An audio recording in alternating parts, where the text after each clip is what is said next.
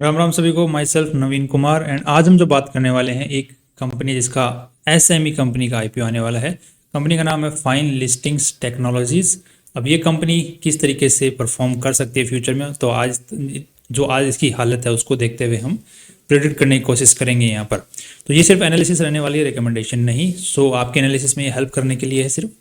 अब यहाँ पर पहले आईपीओ डिटेल्स देख लेते हैं बेसिक। तो 7 मई से 9 मई के बीच में इसका आईपीओ खुलने वाला है, जहाँ पर 123 रुपीज़ इन्होंने शेयर प्राइस सेट किया है। 1000 का लॉट साइज है, तो आपको 1,23,000 रुपये की जरूरत यहाँ पर पड़ने वाली है एक आईपीओ की फाइल लगाने के लिए। अब यहाँ पे कंपनी 13,53,00,000 रुपए उठाना चाह रही है इस आईपीओ के थ्रू, और ये पूरी कंपनी की खुद की वैल्यू लगा रही है वो है 44,73,00,000 रुपए। राइट। नेक्स्ट अब देख लेते हैं कि कंपनी किस काम क्या करती है। सो कंपनी एक्चुअली जो बता रही है उसके हिसाब से कंपनी जो लग्जरी कार्स होती हैं उनको प्री ओन्ड कार्स मतलब सेकेंड हैंड गाड़ियों को बेचने का काम करती है, लग्जरी सेकेंड हैंड कार्स को। और सेकेंड जो काम ये करती है वो है सॉफ्टवेयर डेवलपमेंट सर्विसेज। सो दो काम करती है ऐसा कंपनी बता रही है।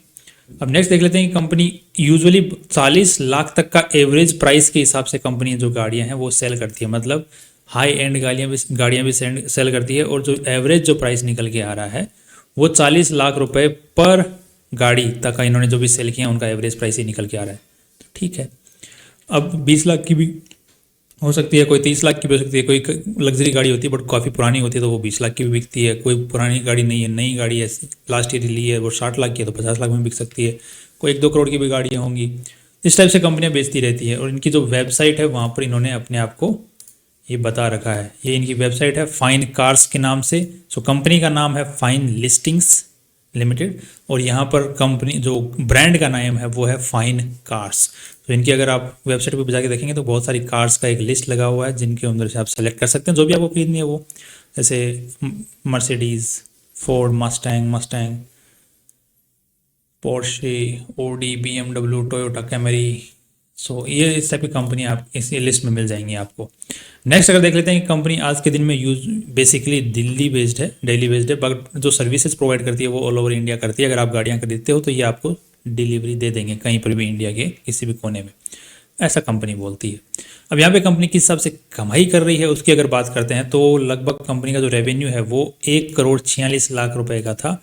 सो लगभग कंपनी ने 3-4 गाड़ियाँ बेच दी थी, 3-3.5 गाड़ियाँ, 4 गाड़ियाँ मान लो, 4 गाड़ियाँ बेच दी थी 2021 के अंदर में। और 2022 के अंदर में कंपनी ने अच्छी खासी सेल बढ़ाई है। तो यहाँ पर लगभग कितनी कंपनियाँ ने गाड़ी बेच दी? 10, लगभग 17-18 गाड़ियाँ कंपनी ने बेच दी यहाँ पर 2022 में। और 2023 में अगर देखा जाए तो कंपनी ने अगेन और सेल कंपनी की बढ़ गई है। तो यहाँ पे लगभग कंपनी ने 40 गाड़ियाँ बेच दी हैं। ठीक है, तो लगभग 40 गाड़ियों के आसपास बेच चुकी है कंपनी 2023 में। पूरे साल की है ये, पूरे साल में 40 गाड़ियाँ बेची है पिछले साल इन्होंने, जो कि और नॉर्मल एन एवरेज 40 लाख का अगर हम एवरेज प्राइस लेते हैं। और कंपनी अभी जो जुलाई तक ही अप्रैल मई जून जुलाई 4 महीने के अंदर में ही कंपनी जो है 7 करोड़ की गाड़ियाँ बेच चुकी है, जो कि लगभग कितनी 18-19 गाड़ियाँ बेच चुकी है। राइट। और कंपनी जो प्रॉफिट्स कमा रही है वो कि 2021 में तो नेगेटिव में था, फिर और गाड़ियाँ बिकी तो कंपनी का थोड़ा सा और नेगेटिव कम हुआ। बट यहाँ पर 2019 में 2023 के अंदर में थोड़ा सा बढ़ा है। नेक्स्ट इस साल इन्होंने सिर्फ 3-4 महीने के अंदर में ही अच्छा खासा नेट प्रॉफिट जनरेट कर लिया है, ऐसा कंपनी का नेट प्रॉफिट ये पीएनएल स्टेटमेंट के अंदर में लिखा हुआ है। अब नेक्स्ट अगर देखते हैं कंपनी की जो नेटवर्थ है वो रेगुलरली यहाँ पर बढ़ती हुई दिख रही है। Okay fine. अब कंपनी की जो वेबसाइट है वहाँ पर जो कंपनी ने दूसरी चीज़ बोली है आईटी सर्विसेज, उसको एक बार देख लेते हैं। सो आईटी सर्विसेज किस टाइप की देती है। सो कंपनी बोल रही है कि जो कि मार्केट में जो भी किसी भी इंसान को अगर इंफॉर्मेशन टेक्नोलॉजी की कोई भी सर्विसेज जैसे वेबसाइट वगैरह बनाना और उस टाइप की जो सर्विसेज हैं वो कंपनी प्रोवाइड करती है। Website, mobile application, CRM, customer support, consulting, data analytics. But यहाँ पर एक चीज़ आपको देखनी पड़ेगी कि एक तो हो गया सेकेंड हैंड गाड़ियाँ बेचना, एक हो गया सॉफ्टवेयर की सर्विसेज देना। ये कंप्लीटली दो अलग अलग काम नहीं हो गए, वो भी इतनी छोटी सी कंपनी के लिए। सो आई थिंक यहाँ पर एक थोड़ा सा मुझे लग रहा है फाइन लाइन है जो कि कंपनी को आई थिंक मुझे समझना चाहिए। और सेकेंडली कहीं पर मुझे ये भी पता चला है कि ये कंपनी जो वेबसाइट खुद चला रही है, खुद की जो वेबसाइट है वो किसी दूसरी कंपनी की वेबसाइट मतलब दूसरी कंपनी वालों से बनवाई हुई है, ऐसा मैंने कहीं पढ़ा था। आई डोंट नो कहाँ पढ़ा था। ओके यहीं पर किसी ने विशल ब्लोवर है, कोई बंदा बोल रहा है। सो मैं इसका वो क्रेडिट नहीं ले रहा हूँ। यहाँ पर इसका बोल रहा है कि डिज़ाइंड बाय अदर एजेंसी।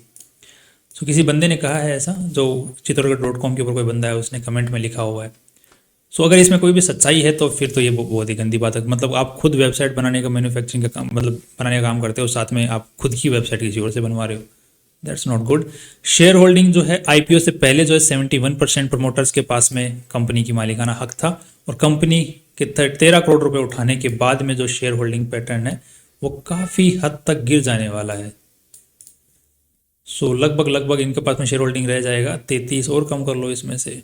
सो 70 में से कितने हैं, डिवाइड कर दो, 30, 20, 21, 22, 23% और कम कर दो, 20% कम कर दो। सो 20% कम करते 50% के आसपास में शेयर होल्डिंग रह जाने वाली है। सो 50% के आसपास ये अच्छा शेयर होल्डिंग पैटर्न तो नहीं है। नेक्स्ट देखते हैं, कंपनी ने इसी साल 2022 के अंदर अगस्त के अंदर एम्बियंस जो मॉल है, जो दिल्ली का सबसे बड़ा मॉल है, उसके अंदर में लगभग 2.5 लाख किराए महीने के ऊपर में एक वो खरीदा है शोरूम, और साथ में ही वहीं के ऊपर में जो गाड़ियों की पार्किंग का स्थान है वो भी 55,000 रुपये महीने के अंदर में खरीदा हुआ है गाड़ियों को खड़ा करने के लिए। तो काफ़ी अच्छा खासे किराए, ये दो ही कंपनी आज दो ही जगह पर अवेलेबल है जो कि कंपनी के रेंटेड हैं आज के दिन में, और दोनों रेंटेड है, खुद का कुछ भी नहीं है वहाँ पर। तो कंपनी के पास में खुद का आज के दिन सिर्फ गाड़ियाँ हैं। कुछ गाड़ियाँ कंपनी ने प्री ओन्ड, मतलब पहले से खरीद लेती है और बाद में आगे बेचती है। कुछ गाड़ियाँ जो हैं वो कस्टमर से डायरेक्ट बिकवाती है। कुछ गाड़ियाँ जो हैं वो जो ऑलरेडी जो डीलर्स हैं उनके थ्रू बिकवाती है, कि डीलर के साथ जैसे सांठ-गांठ कर ली कि देखो आपकी गाड़ी की फ़ोटो हम खींच लेते हैं, वेबसाइट पर डाल देंगे, अगर कोई बंदा आएगा खरीदने तो हम आपसे उसको डिलीवरी करवा देंगे, बीच में हमारा कमीशन फिक्स है। सो इस तरह से कंपनी का बिजनेस मॉडल चल रहा है। कुछ गाड़ियाँ खरीद के भी बेचते हैं, कुछ अपने शोरूम से भी बेचते हैं, जो कि खुद खरीद के भी रखते हैं कुछ, और कुछ डायरेक्ट कस्टमर के थ्रू डायरेक्ट ही बेच देते हैं कि उनको खरीदने बीच में लफड़ा ही ना रहे, सीधे ओनर टू ओनर ही पहुंच जाए, और डीलर्स के भी साथ में डील करके बैठे हुए हैं। सो काफ़ी लंबा चौड़ा काम है, बट मेरे को तो ये सॉफ्टवेयर वाला सिस्टम समझ में नहीं आया इनका। Software development service under this framework the company offer the cloud services. So big data and वही आईटी वाली सर्विस है, जो अगर आप सॉफ्टवेयर बनवा रहे हो तो हमारे पास में सर्वर्स हैं, हम ही आपका वो मेंटेन करेंगे। आपका जो डेटा आप सॉफ्टवेयर पे अंडर में डालोगे, जो भी आपकी चीज़ें होंगी सॉफ्टवेयर पे आप फीड करोगे, उसके लिए आपको स्टोरेज चाहिए होगा, वो स्टोरेज सर्विसेज भी हम प्रोवाइड करते हैं क्लाउड सर्विसेज के थ्रू। सो ये पूरा मामला है, ये आईटी सर्विसेज जैसे ही काम करता है। इसके बारे में अगर पूरा डिटेल चाहिए तो इसी टाइप का कोई दूसरा आईपीओ आएगा जो कि आईटी सर्विसेज के बारे में होगा, उसमें डिस्कस करेंगे, डोंट वरी। नेक्स्ट अगर देखते हैं यहाँ पर कंपनी किस तरीके से आज के दिन पैसे उठाना क्यों चाह रही है। सो कंपनी बोल रही है कि मुझे सॉफ्टवेयर्स खरीदने हैं, ठीक है, to meet working capital requirement. एक हो जो हमारा बिजनेस का रोजमर्रा काम चल रहा है वहाँ पर पैसों की जरूरत है, और दूसरा जनरल कॉर्पोरेट पर्पसेज में ज़रूरत है। जनरल कॉर्पोरेट पर्पसेज तो यही होता है जो बिजनेस में जो कोई आईपीओ लेके आने के लिए, पैसा लोन पे उठाने के लिए जो पैसे की जरूरत पड़ती है ना, वही जनरल कॉर्पोरेट पर्पसेज है। और जो मीट द वर्किंग कैपिटल मतलब ये बिजनेस के अंदर में जो पैसे की जरूरत पड़ने वाली है वो होता है। और परचेज ऑफ सॉफ्टवेयर जो है, ये सॉफ्टवेयर खरीदना होगा कंपनी को अपनी जो भी काम ये करती है। तो बट ये आईटी सर्विसेज खुद दे रही तो सॉफ्टवेयर खुद ही बना लो। आई डोंट नो किस तरीके से सॉफ्टवेयर सिस्टम काम करता है, आई डोंट नो, बट अगर आप आईटी सर्विसेज दे रहे हो तो आप ऑलरेडी बना सकते हो, आपके पास टीम है ऑलरेडी। बट यहाँ पर कंपनी बोल रही है कि इनके पास में सिर्फ 4 ही बंदे हैं आज के दिन, एम्प्लॉयज़ के अंदर में सिर्फ 5 ही एम्प्लॉयज़ हैं। सो अगर इतनी बड़ी कंपनी है, इतना बड़ा शोरूम है, 5 ही एम्प्लॉयज़, एक तो हो गया अकाउंटेंट हो गया होगा, एक एडमिन हो गया होगा, एक सीट पे बैठने वाला, तो 2 ही बंदे बाकी। ओके, आई डोंट नो कैसे काम चल रहा है। नेक्स्ट अगर देख लेते हैं कि इनका जो बैलेंस शीट स्ट्रक्चर है, बैलेंस शीट को एक बार चेक कर लेते हैं। सो बैलेंस शीट के अंदर में अगर पिछले साल अगर देखा जाए तो इनका कोई भी शेयर कैपिटल नहीं है, बट यहाँ पर 253 करोड़ का शेयर कैपिटल इंक्रीज हो गया, मतलब इन्वेस्टर्स कंपनी के अंदर में आए हैं। ओके, नेक्स्ट अगर देखते हैं कि इस चीज़ को बढ़ाने के लिए कंपनी को काउंटर, क्योंकि बैलेंस शीट हमेशा बैलेंस होती है, अगर इस साइड में पैसा आया तो उस साइड में कहाँ लगा हुआ है। सो पैसा कहाँ लगा है, सो पैसा यहाँ पर लगा हुआ है ट्रेड रिसीवेबल्स में। तो अचानक से मतलब कंपनी की सेल बढ़ी है, और बढ़ते ही प्रॉफिट तो आया कि आया नहीं आया, बट उधारी ज़रूर रह गई। ओके, मतलब गाड़ियाँ बिकी हैं बट साले पैसे ही नहीं आ रहे। ओके, नेक्स्ट ईयर तक ट्रेड रिसीवेबल्स, मतलब जो 4 महीने के अंदर में ट्रेड रिसीवेबल्स थोड़े से कम हुए हैं, बट यहाँ पर इन्वेंट्रीज बढ़ गई है। ठीक है, मतलब पैसा आया, पैसा आते ही इन्वेंट्री बढ़ गई, गाड़ियाँ बढ़ गई। तो मुझे ये लग रहा है कि ये कहीं सेल खुद ही तो नहीं कर रहे हैं, आई डोंट नो। ठीक है, क्योंकि अब बिजनेस के उसके लिए तो फिर अंदर की बातें पता होनी चाहिए, और अंदर की बात कौन बताएगा, कंपनी में एम्प्लॉयज़ ही 5 ही हैं, अब उनमें से भी कौन बताएगा, नीचे वालों को तो पता नहीं होता। नेक्स्ट अगर रेवेन्यू फ्रॉम ऑपरेशंस देखेंगे तो वहाँ पर नेट प्रॉफिट्स की अगर बात करते हैं तो कंपनी 1,78,00,000 कंपनी ने कमाए हैं पिछले साल, जिसमें 7 करोड़ की उधारी रह गई। अरे यार 13 करोड़ का आपने माल बेचा, 7 करोड़ रुपये उधारी में बैठ गया, कैसे हो रहा है ये सब? क्योंकि आपने अगर गाड़ी खरीद रहे हो तो आप सामने वाले बंदे को अगर गाड़ी दे रहे हो तो फिर पैसा आना चाहिए ना, राइट? अगर लोन पे भी दे रहे हो तो सामने वाले का लोन लग रहा है, कंपनी बैंक तो आपको पैसा दे देगी, तो उधारी में ऐसे दे रही हो, कुछ तो बात है। नेक्स्ट अब देख लेते हैं कंपनी की और डिटेल्स को। तो कैश फ्लो की अगर बात करें तो कैश फ्लो तो ऑफ कोर्स सी बात है नेगेटिव ही होगा, क्योंकि ट्रेड रिसीवेबल्स नेगेटिव में है, क्या ही बात करना उसके बारे में।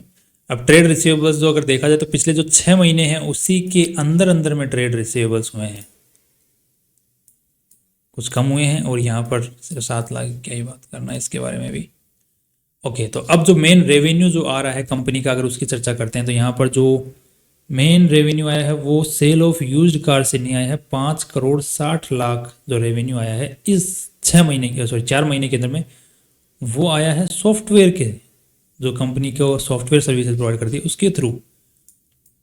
ओके, तो मतलब गाड़ियों का सेल इतना कुछ खास नहीं हो रहा है, सॉफ्टवेयर के अंदर में रेवेन्यू ज़्यादा अच्छा आ रहा है, राइट? और यहाँ पर जो बिजनेस स्ट्रक्चर है वो कम्प्लीटली शिफ्ट हो रहा है। मतलब गाड़ियाँ 2022 तक गाड़ियों की अच्छी खासी सेल हो पा रही थी, फिर इस साल जो है 50-50 हो गया 2023 के अंदर में, और फिर 2024 के अंदर में अगर 4 महीने का डेटा देखते हैं तो यहाँ पे पूरा का पूरा बिजनेस ही शिफ्ट हो चुका है सॉफ्टवेयर डेवलपमेंट की साइड के अंदर में। अरे तो मामला कुछ जम नहीं रहा है यार,